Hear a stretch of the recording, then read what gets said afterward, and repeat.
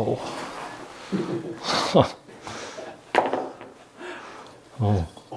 Hey guys, in today's lesson video, I'm going to talk about how to create that effortless speed and power so you could gain distance with your driver. So in today's lesson video, I'm going to talk about two common mistakes that amateur golfers make that really hurts them and that really does not help them gain distance with their driver. So what the first thing I want to talk about is that to the top of the backswing, I don't like to create a coil to the top of the backswing, as you guys all know if you guys watch my previous lesson videos. Just to recap, I don't like to keep my lower body quiet and rotate my upper body and create a coil effect. The reason for that being is it's unnatural and it's unathletic. Even for myself, when I first learned to play golf in South Korea, like over 10 years ago, the way I got taught was keep your lower body quiet and rotate your upper body to the top of the backswing. Then you're going to create like a slingshot effect and you're going to sling towards the target and create that effortless power. You're going to hit the golf ball very far. By doing that, I just became very stiff and I never slung towards the target. So maybe I'm the issue, but I think for most amateur golfers as well, creating a coil to the top of the backswing is not a good thing. I want to rotate everything together to the top of the backswing, lower body and upper body, and coming down. Now what you have to realize is that we have to create the coil coming down. Think about any Major League Baseball player, pitcher.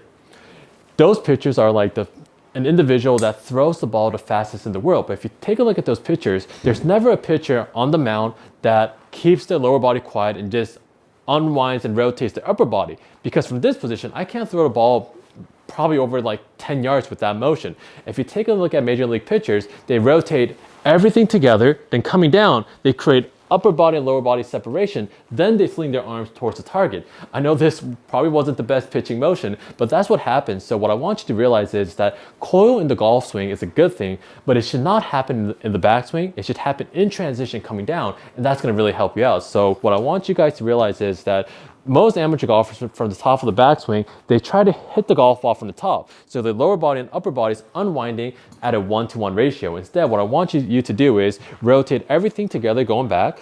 Then from this position, my arms and my upper body is going to stay relatively very quiet and my lower body is going to rotate back to around my setup position. Then from this position, I created a lot of upper body and lower body separation, and this is where the coil happens. I feel a great stretch in my lead lat, and that's how we should create coil.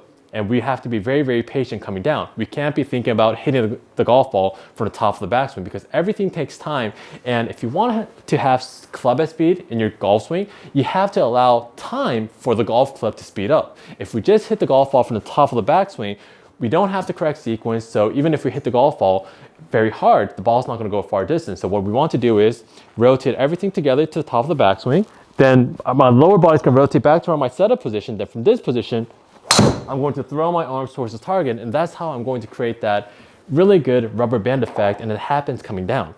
And the next mistake that I see most golfers make is that from the face-on golf swing, since the golf ball is up on a tee, and so many times we hear on the golf channel or on other YouTube channels that we have to hit up on the golf ball, so many amateur golfers literally try to hit up on the golf ball and they fall back.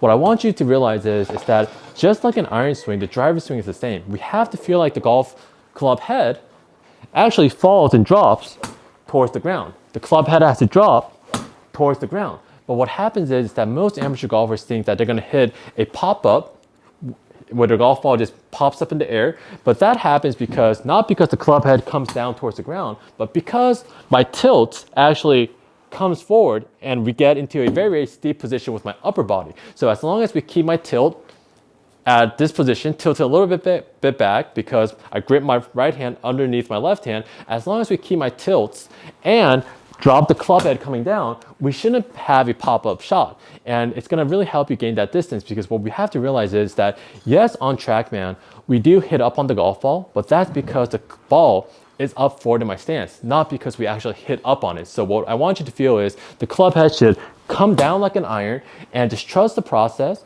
And if you get the club head to actually fall down towards the ground, you're gonna feel a lot more power run into the back of the golf ball. So don't try to help it up and try to make sure that the club head drops all the way towards the ground. And that's how we're gonna create a lot of power and a lot of effortless power, because if we try to help it up, we're actually getting my weight all the way on my back foot. And from this position, the golf ball's not gonna go anywhere. So we have to muscle it through. Instead, feel like the golf club head just falls towards the ground in this position right here. And that's gonna allow the club head to also work towards the other side of my body. So to just have a little quick recap from the side view, rotate everything together to the top of the backswing and make sure that the coil happens in the downswing. And once I create a good stretch, then I could throw the golf club towards that 1 o'clock position and throw the golf club more towards the ground. And I think we'll be heading in the right direction. So if you guys like the lesson video, please like and subscribe to help my channel grow. And for in-person or online lessons, I'll leave all the information in the description below. Thanks, guys.